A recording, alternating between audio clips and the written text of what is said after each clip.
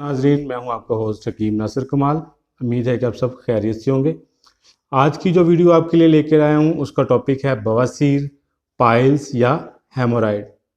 आज की वीडियो में हम ये भी जानेंगे बवासीर की वजूहात क्या होती हैं, इसकी अलामात क्या हैं, वो ग़िज़ाएँ जो इसमें फ़ायदा देती हैं और वो ग़िज़ाएँ जो बवासीर के मर्ज़ को बढ़ा देती हैं, या वो ग़िज़ाएँ जो बवासीर का मर्ज़ पैदा करने में मदद देती हैं।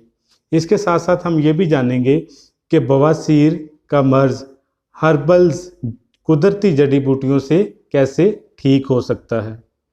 तो वीडियो शुरू करने से पहले हमारे चैनल को सब्सक्राइब करें ताकि हमारी तमाम वीडियोस आप तक आसानी से पहुंच सकें। तो आइए नाज़रीन, सबसे पहले हम देखते हैं कि बवासीर है क्या, बवासीर कैसे होती है, बवासीर की अलामात क्या हैं। सबसे पहले बवासीर मौके होते हैं जो मकद पर पखाने के रास्ते पर बन जाते हैं। ये मौके बेसिकली खून की नालियों की जो वेन्स होती हैं उनकी सोजिश का नाम है। जब उनमें सोजिश हो जाती है तो वो फूल जाती हैं। फूलने की वजह से उनके अंदर खून भर जाता है या मुख्तलिफ़ किस्म का रेशा आ जाता है, जिसकी वजह से वो फूल जाती हैं और बाज़ औक़ात वो मकद के अंदर रहती हैं और बाज़ औक़ात वो मकद के बाहर लटक जाती हैं। इसको हम एक्सटर्नल पाइल्स या इंटरनल पाइल्स बोलते हैं। इसकी मज़ीद अगर अक़साम देखी जाए तो दो अक़साम है इसकी। एक किस्म इसकी है वो खूनी बवासीर कहलाती है और दूसरी बवासीर जो है वो बादी बवासीर कहलाती है। लेकिन इनका जो वजूहात हैं और जो ट्रीटमेंट है वो तकरीबन मिलता जुलता है, उसमें कोई फ़र्क नहीं है। तो इसकी वजूहात में सबसे पहले कब्ज़ आ जाती है। बेसिक वजह कब्ज़, जब आपका पखाना सख्त हो जाता है, ज़ोर लगा के आप स्टूल पास करते हैं, बड़ी देर तक आप लैट्रिन में बैठे रहते हैं, तो नतीजा क्या होता है कि जो इंस्टेंटाइन की जो वाल्स होती है, दीवारें होती है, उसके साथ स्टूल रगड़ खा के ज़ोर लगा के निकलता है। एक आप ज़ोर लगाते हैं और साथ साथ स्टूल जो होता है वो भी ज़्यादा ज़ोर से निकलता है, जिसके नतीजे में वो वेन जो होती हैं उनके अंदर खून की सोजिश हो जाती है। बाज़ औक़ात जो लीवर डिजीज़ होती हैं इसकी वजह से भी बवासीर हो जाती है। लीवर डिजीज़ में अमूमी तौर पर जिस्म के अंदर खुश्की पैदा हो जाती है। वो मैदे की खुश्की, आपकी आंतों की खुश्की, वो भी कब्ज़ का बायस बनती है। इसके अलावा वो लोग जो ज़्यादा ज़ोर लगाते हैं वो भी, और जो हैवी वेट होते हैं, वज़न ज़्यादा उठाते हैं, वो भी इस मर्ज़ का शिकार हो जाते हैं। अमूमन ख़वातीन जो प्रेग्नेंट होती हैं, हैवी प्रेगनेंसी होती है, प्रेगनेंसी के दौरान या प्रेगनेंसी के बाद, डिलीवरी के बाद भी इस मर्ज़ का शिकार हो जाती हैं।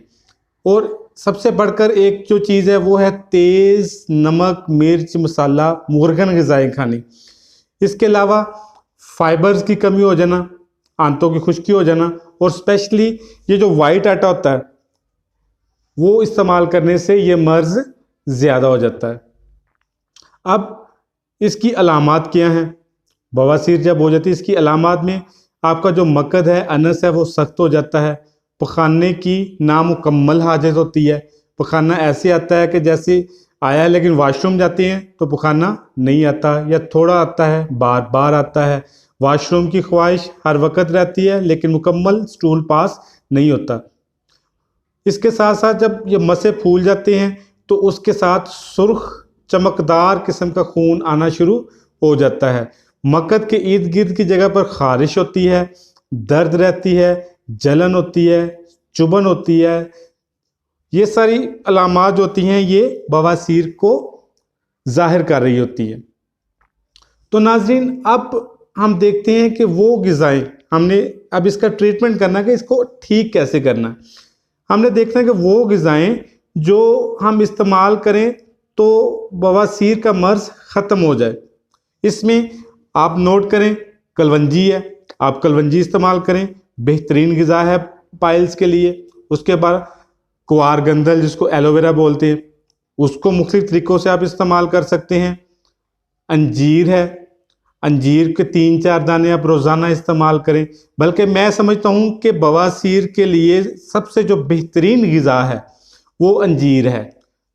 हदीस नबवी में भी है कि जब बवासीर हो जाए तो अंजीर इस्तेमाल करें। आप यूट्यूब पे जितनी वीडियोस देखते हैं सब ने यही मशवरा दिया होता है कि अंजीर इस्तेमाल करें। नो डाउट अंजीर इसका बेहतरीन इलाज है। इसके अलावा आप लेमन का जूस इस्तेमाल करें। नीम गर्म पानी लें, उसमें आधे लीमू का जूस डालें, इस्तेमाल कर लें। मूली इस्तेमाल करें, सलाद इस्तेमाल करें, ताज़ा सब्जियां इस्तेमाल करें। हाई फाइबर ग़िज़ाएँ, वो ग़िज़ाएँ जिनमें फ़ाइबर की बहुत ज़्यादा मिकदार है, वो इस्तेमाल करें। इसके साथ साथ आप सिरका, सेब का जो सिरका है वो भी इस्तेमाल करें, वो भी इस बवासीर के मर्ज़ में बेहतरीन इलाज है। इसके अलावा अब आपने परहेज़ करना है जिन चीज़ों से, वो ग़िज़ाएँ जो आपने नहीं खानी, उसमें गोश्त आ जाता है। जितने भी गोश्त हैं आप कुछ दिनों के लिए, जब तक आपका मर्ज़ ठीक नहीं हो जाता, गोश्तों से मुकम्मल तौर पर परहेज़ करें। तेज़ नमक मिर्च मसाला जात, तली हुई चीज़ें, इसके अलावा सिगरेट नोशी, शराब नोशी, इन चीज़ों से परहेज़ करें। सफ़ेद आटा, जो ये बाज़ार से जो सफ़ेद आटा मिलता है, जो चना होता है जिसमें ये सब कुछ फाइबर्स वगैरह निकला होता है, सूजी मैदा वगैरह निकला होता है, वो आपने आटा नहीं इस्तेमाल करना। खालिस ग़िज़ाएँ खाएँ। गरम खाने जो होते हैं वो आपने इस दौरान इस्तेमाल नहीं करने। ये तो थी इसकी डिटेल सब कुछ बताने का मकसद आपको ये है कि जब किसी बीमारी का आपको पता चल जाता है, उसकी केमिस्ट्री का पता चल जाता है, तो उस बीमारी के साथ आप इजीली मैनेज कर सकते हो, उसके साथ आप इजीली ट्रीट करके ठीक कर सकते हो। तो नाज़रीन, जो मैं अपने क्लिनिक पर अपने पेशेंट्स को नुस्खा देता हूँ वो मैं आपके साथ शेयर करने लगा हूँ। स्क्रीन पे आ रहा है, आप उसका स्क्रीनशॉट ले लें या आप उसको नोट कर लें। ये चंद एक चीज़ें हैं, आप इसको पंसारी की दुकान से ले लें, इसका पाउडर बनाएं और कैप्सूल भर लें। 2 कैप्सूल सुबह, 2 कैप्सूल शाम इस्तेमाल करें। इंशाल्लाह ताला से हफ्ते 10 दिन के अंदर अंदर आपकी जो बवासीर है वो मुकम्मल तौर पर ख़त्म हो जाएगी। इसमें है अपना गंधक आंवला सार है, नीम के फूल ले लें या नीम की ममोलियाँ ले लें, सुहागा है, वो एलोवेरा मुसब्बर, एलवा मुसब्बर है, रसौंत हिंदी है, रेवंत असारा है। ये 6 चीज़ें टोटल, ये 6 चीज़ों को आपने पाउडर कर लेना और इसके कैप्सूल भर लेने। 2 कैप्सूल आपने सुबह लेनी है और 2 कैप्सूल आपने शाम लेने हैं। तो इंशाल्लाह ताला 10-15 दिन के अंदर अंदर आपकी बवासीर मुकम्मल तौर पर ख़त्म हो जाएगी। अस्सलाम वालेकुम।